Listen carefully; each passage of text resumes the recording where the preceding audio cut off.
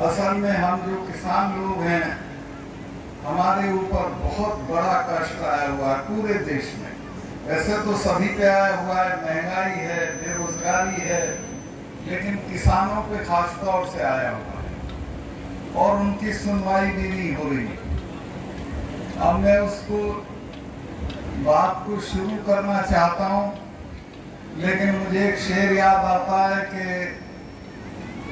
जख्म ही जख्म है, सारा बदन है छलनी, दर्द बेचारा परेशान है कहाँ से उठे। तो कहाँ से शुरुआत करूं, कहाँ अंत करूं, ये मेरी समझ में नहीं आ रहा। शुरुआत मैं करना चाहता हूं जो किसान आंदोलन आपका हुआ था उससे। दुनिया के इतिहास में ऐसा किसान आंदोलन नहीं हुआ है। 700 लोग मारे गए। दिल्ली के नेता तो कुतिया मरती है तो उसके लिए कंडोलेंस भेजते हैं, लेकिन उनके लिए किसी ने कुछ नहीं कहा। और जब मैं बिल्कुल मुझे शर्मिंदगी हुई कि हमारे वर्गों के लोग 1 साल से वहां पड़े हुए हैं और उनसे बातचीत नहीं हो रही है, तब मैं माननीय प्रधानमंत्री जी से मिलने गया। और अखबार वालों से मैं कहूंगा, ये मत लिख देना कि मैंने प्रधानमंत्री पे हमला बोला। मैं उनका बहुत सम्मान करता हूं, अभी भी मुझे उनसे बहुत उम्मीद है और मुझे उम्मीद है कि उनसे हम अपनी बात मनवा लेंगे। लेकिन जब मैं उनसे मिलने गया और मैंने कहा कि साहब ये 4 महीने से पड़े हैं, इनका कुछ सुन लें, तो उन्होंने कहा चले जाएंगे सरकार, कोई ऐसी बात नहीं।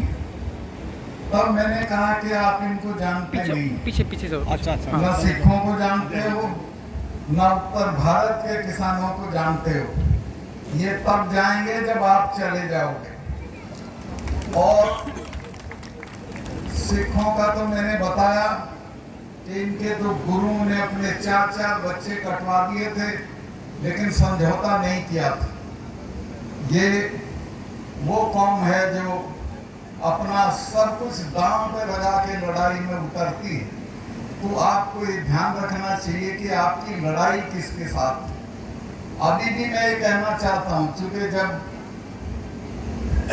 बहुत ही गड़बड़ होने लगी तो मैंने एनडीटीवी को एक इंटरव्यू दिया और उसमें मैंने कहा कि अगले चुनाव में माननीय प्रधानमंत्री जी मिलेंगे नहीं, कहीं ढूंढे हुए भी।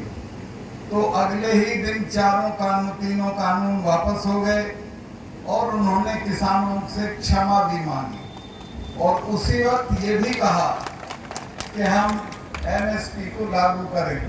ऐसा था जैसा दुनिया में कहीं नहीं।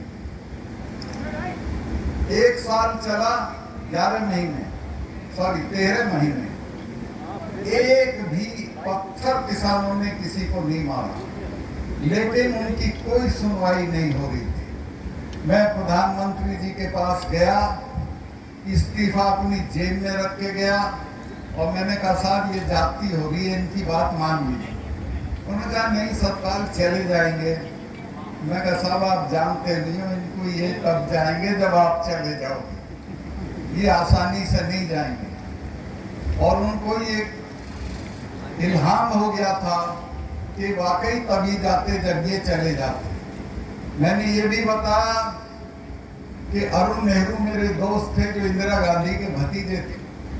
उन्होंने मुझे बताया था कि जब ब्लू स्टार ऑपरेशन हुआ तो इंदिरा जी ने अपने फार्म हाउस पे महामृत्युंजय का पाठ कराया। जब वो पाठ करा रही थी तो अरुण नेहरू जी ने कहा कि फूफी आप इस सब में यकीन नहीं करती थी?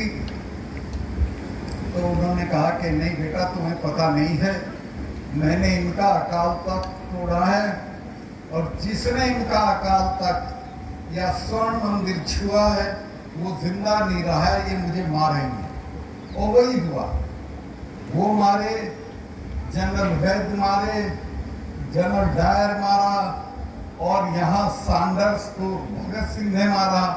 तो ये कौन ऐसी है जो छोड़ती नहीं है, भूलती भी नहीं। मैंने ये भी कहा हम उनसे, प्रधानमंत्री जी से, मैं कहा ये मत समझ लेना ये 300 साल भी नहीं भूलते हैं। तो खैर उन उनकी समझ में आया, उन्होंने कानून तो वापस ले लिए, लेकिन ये एमएसपी अगर नहीं हटाएंगे तो दोबारा एक बड़ी लड़ाई किसानों के साथ होगी और मैं ये गवर्नरशिप छोड़ के उस लड़ाई में कूद पड़ूंगा।